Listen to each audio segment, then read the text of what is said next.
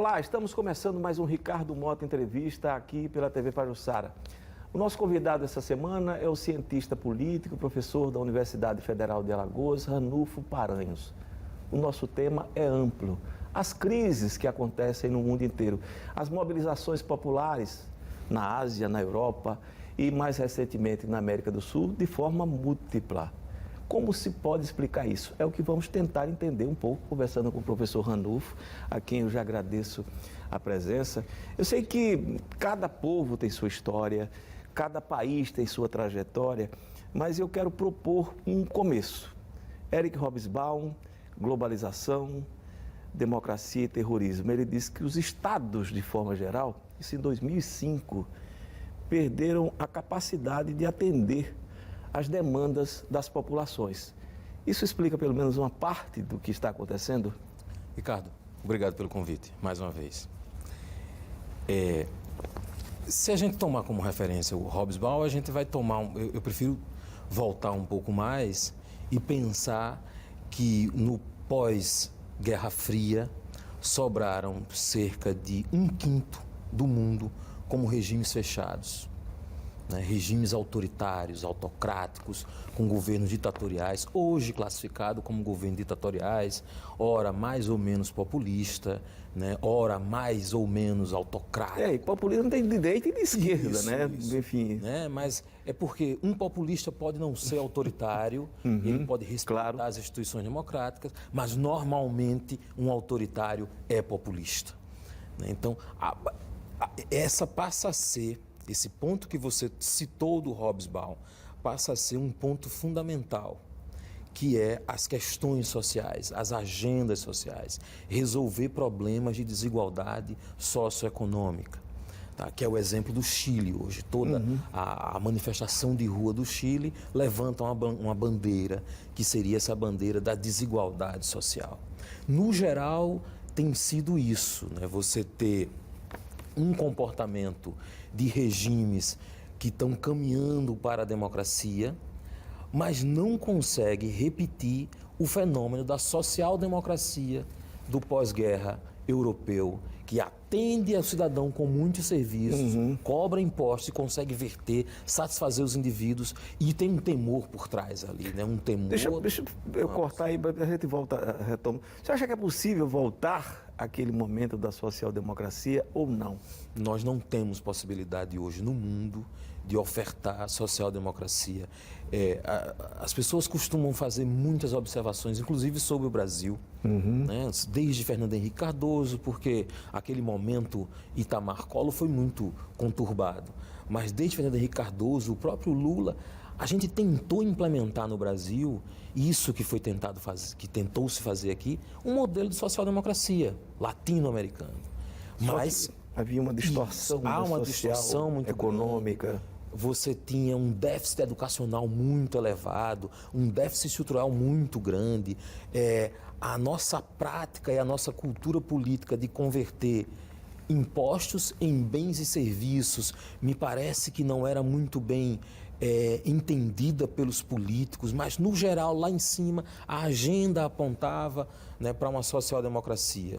Quando a gente tinha Caixa, ela funcionou. Ela funciona a partir da estabilidade, não no modelo europeu, mas ela funciona, ela começa a funcionar. Já tinha uma melhor distribuição de renda, o padrão de vida já era outro. Eu falo da Europa, A Europa é outra história, porque a Europa, quando implementa a social-democracia, ela implementa a social-democracia numa pós-colonização. Ela enriquece muito. Exatamente. Mesmo no pós-Segunda Guerra, quando ela perde muito, mas ela tem colônias e consegue manter aquele padrão europeu. Depois ela abre mão de boa parte das colônias.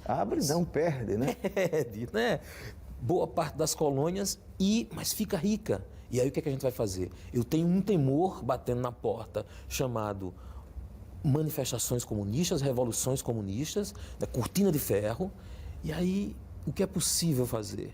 O que é possível fazer é oferecer estado de bem-estar social. A Europa consegue. Que foi a Europa do pós-guerra da social-democracia.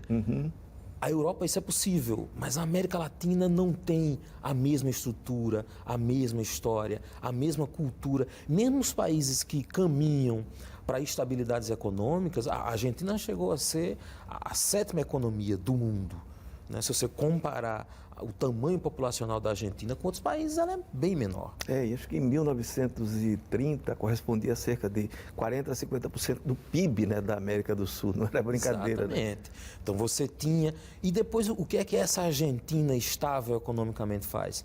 Ela converte um modelo de social-democracia num Estado-mãe, num Estado-pai, né? Ou seja... O peronismo. Populista.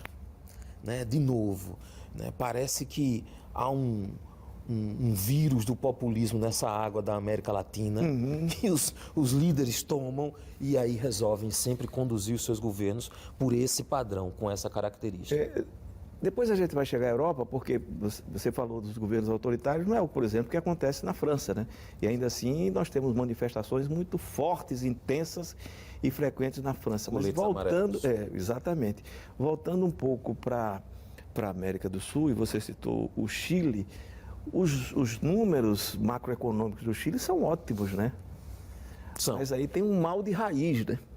Que é a história da distribuição de renda e do empobrecimento juntamente com o envelhecimento da população, né?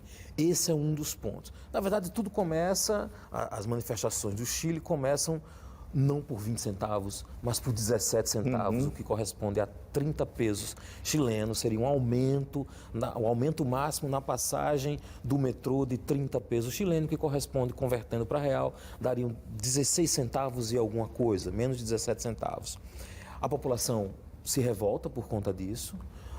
O Piñera, que é o Sebastião Piñera, que é o atual presidente, perde o time, ele não consegue ou dar resposta, alguma solução a tempo, é o que a gente chama de perder o time. Quando ele perde o time, a população que inicialmente eram jovens, pulando catracas e queimando, né? Inicialmente não, mas depois a oposição inflama, oferece um reforço e aí começam a destruir patrimônio público, patrimônio privado.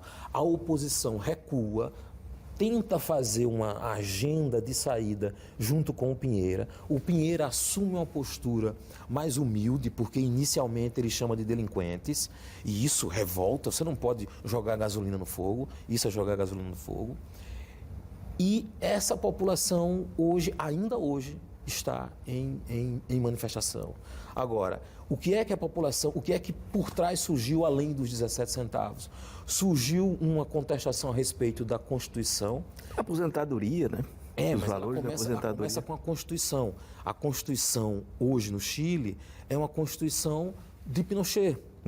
Então, ainda, né? Ela sofre duas fortes alterações, uma em 97, ela é de 80, ela sofre uma alteração em 97 e ela sofre uma alteração mais pró-democracia em 2005.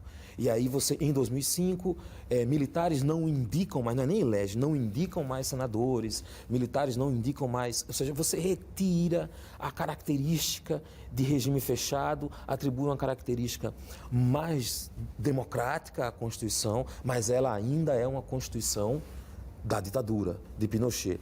Paralelo a isso, você tem um modelo de estabilidade econômica, mas os indivíduos não têm a cultura norte-americana. Eu tomo conta da minha vida pós-emprego, ou seja, a aposentadoria, eu faço o meu pé de meia. Essa cultura não pegou no Chile, né? Você tem um modelo de previdência. Mas também ali, convenhamos, é extremamente perverso, né? Porque você cria um novo modelo de capitalização ali, que no final das contas resultou em que os aposentados recebem menos que o salário mínimo, recebem né? menos de um salário mínimo, isso é verdade. Aí você cria, depois da aposentadoria, você tem aumento de pobreza. Aumento de pobreza, número de suicídio, né? Cresce a taxa de suicídio, sobretudo nos indivíduos com idade mais avançada. Agora, é bom lembrar, da América Latina é o Chile que tem os melhores dados econômicos ainda. O salário médio brasileiro é algo perto de menos de R$1.000, né? A gente vai sofrer um aumento, vai receber um aumento agora. No Chile, o salário médio corresponde a quase R$ 1.700. É um pouco mais, né? É, um pouco mais. Quando a gente compara o salário médio da população brasileira, eles lá recebem, em média, R$ 2.500. Nossa média brasileira é um pouco mais de um salário, mas muito pouco. Ou seja, economicamente falando, eles são mais estáveis enquanto trabalham.